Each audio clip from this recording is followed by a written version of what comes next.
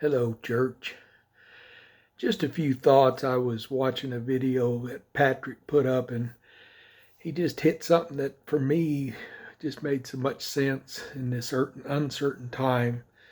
It's kind of the point he wanted to make, but it's done in my feeble words. So we'll just go with it. But, things are just so uncertain and crazy out there right now.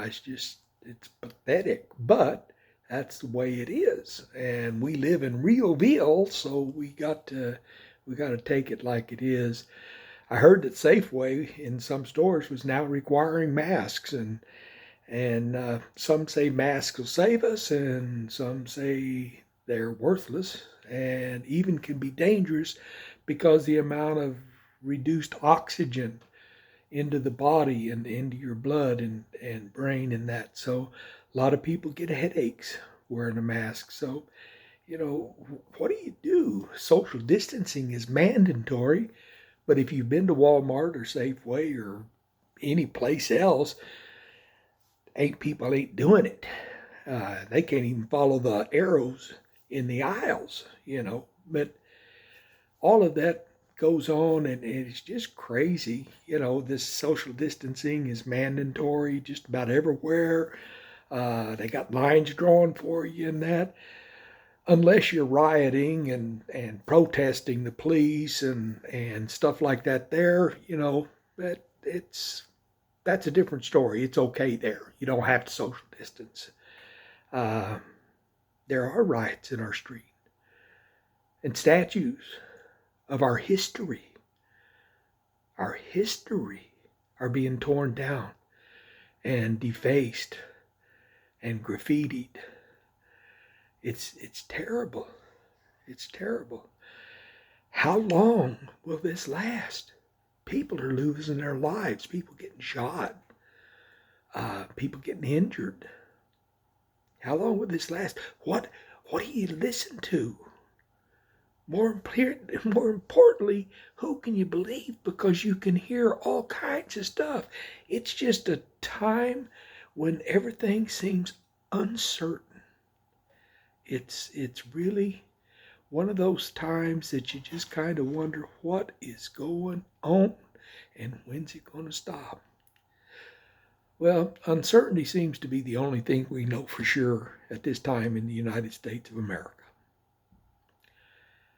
Now, I know a source that we can go to, that we can rely on, that is always valid, always true, and that's God's Word.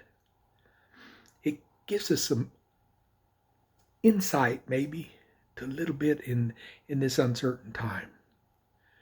So I just want to share a few thoughts. Again, Patrick uh, shared some things this morning, and our desire is to fix things. I mean, that's what most of us want to do. We just want to fix it, get it over with, get it behind us, get moving on. But the real issues in America today are out of our control. We have no control over any of them. We can sit around and talk about what I would do or what you would do if you were in charge and this, that, and the other. But the reality is we're not. We're not, period. But one thing to remember in all this uncertainty is that throughout the Bible, we are cautioned to fear not. When the angels came and appeared to people, they're always the first words are fear not. Don't be afraid. Perfect love casts out fear. So that's one thing we can grasp and truly rely on. So what do we do? Well, one thing we do is recognize our own responsibilities because we still have responsibilities. I love the serenity prayer, and sometimes I have to go back to it over and over and over. Lord, grant me the serenity to accept the things I cannot change. Wow. The courage to change the things I can. And here's the biggie: the wisdom to know the difference. That's the reality, folks. We're all praying for God to heal our land. I know you are. I am. Judy is. But we're in a hurry for God to act. So just a couple of things.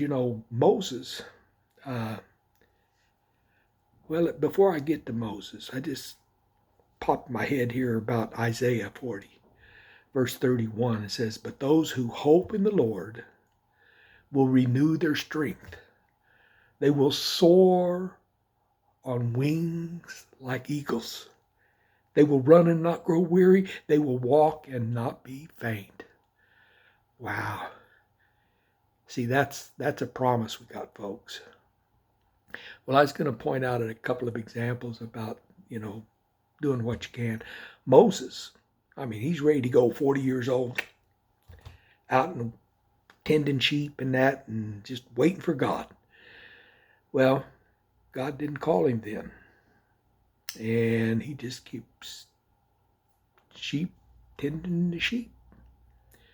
And then 40 years later, God comes to Moses and says, "Hey, I got an idea, got a plan." And Moses says, "Lord, I'm 80 years old. What do you want me to do?" God says, "I want you to go free the slaves in Egypt." And Moses said, "I can't do that." Kind of like Noah. "Oh, what's an ark? How do I build it?" Always think about Bill Cosby when I talk about Noah. He had a little ditty about Noah and the ark, and he said that when Noah started balking, God said, "Noah, how long can you tread water?" And I used to think that was so funny, but it's true. Just do what God asks. So God asked Moses, says, "What's in your hand?" Moses said, "A stick." He says, "That's all you need. I'll be with you." It wasn't a cakewalk. It wasn't a piece of cake. It was tough, but they got the job done with the power that God provided. All things are possible with him. Moses was willing, reluctantly in first, but he was willing to do what God asked. Another example is following a dinner at a Pharisee's house, and they finished the dinner and Jesus was teaching, and he knew what was staring him in the face. He knew about the ordeal he'd be going through. He knew about all the harassment and torture and stuff that he was going to go through, ultimately dying on that cross. He knew all that. But this sinful woman comes, and she had been blessed by Jesus. And for that forgiveness and mercy she was shown. She washed his feet with her tears and dried him with her hair and poured, Luke 7, you can read it there, poured oil, a very expensive oil, on his feet. She did what she could to thank God. The others said, "Man, why is he letting this sinful woman touch him? What is going on there?" Well, Jesus basically told them, "You guys didn't even greet me properly.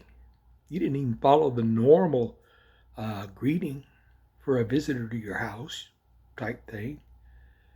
But she did what she could. Folks, that's all we're asked to do, is what we can. So what are we to do in this crazy time?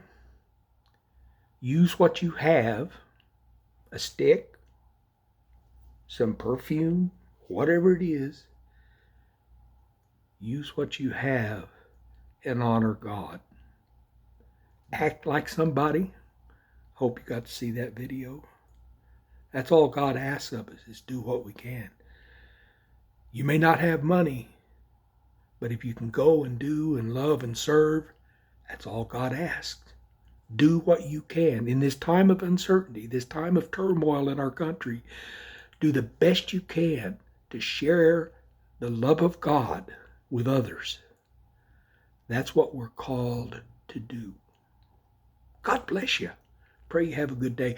I did this one inside because I heard that the wind that was going through the trees, it sounds so good, but I heard it sometimes got annoying, so I didn't want to bother people. But we love you folks and pray everything's going well. You have a blessed day, and we'll see you on the flip side.